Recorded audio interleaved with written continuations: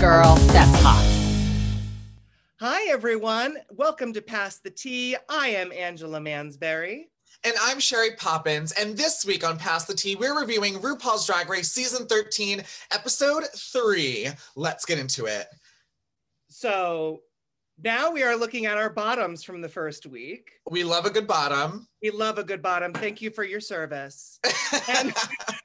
and so this week, they now had to do 4 looks, which, you know... Wild. Right out of the gate, girl. Wild. Absolutely wild. So, of course, we had our first runway, and last week we had daytime and nighttime. This time we have Lady and the Vamp, which I love as a theme. I do too. It's like almost daytime, nighttime, but with a twist, you know? Yeah, with a twist, yes. Who was your favorite daytime? Daytime, I really loved Rosé. It was that pop art. It also reminded me of Sally from Nightmare Before Christmas, where it was like stitched together almost. Yes.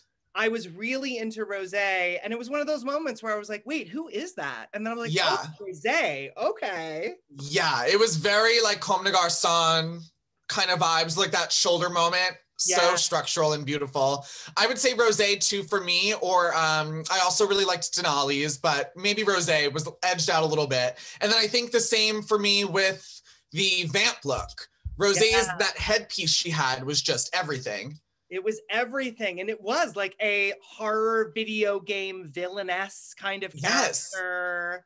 Yeah. It was fierce. That was her and Utica were definitely my 2 favorites there. And Utica with the balls, that was a great look too. Yeah. And I loved her Vamp, where it was like that hair that went out to the side. And then it had like that big neck piece. She was almost giving me like Lord Chamberlain from like a Skeksis vibe, you know what I mean? Which I was here for the Jim Henson moment. Oh my God, I love that you're bringing in the Dark Crystal into this. Of course. All right, so that was the runway. And then we had a Rusical moment where they all had to do their own version on Ru's song Phenomenon, which they all did great. It was very high energy. Yeah, it was cute. You definitely felt the energy that these queens were like, I have something to prove with this performance. Yeah. And the energy was just really great. It was great energy throughout the whole thing. Yeah, it was just fun to watch, you know? It was. And then lastly, for their 4th looks, they had their runway. And the theme was a fabric, right? What was the name of the fabric? It was called We're Here, We're Sheer. We're Sheer, yeah. Who was your favorite sheer look?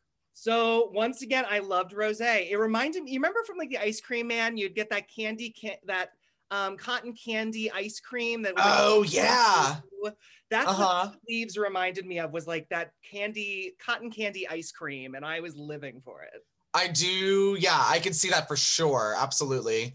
I had a brain fart. I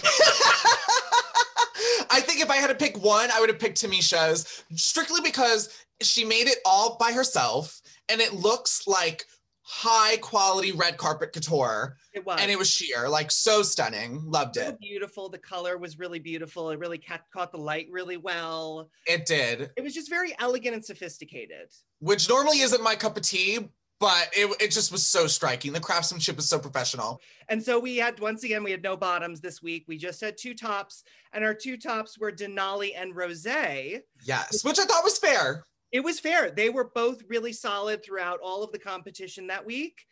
And so they had to lip sync to one of my favorite Britney songs, If You Seek Amy. Which is such a stunt. So and good. I thought overall they both were strong lip syncers. They both had very different styles, but I think we can agree to this that Denali won the lip sync. And I think what it really boils down to is that she just bodied the song better.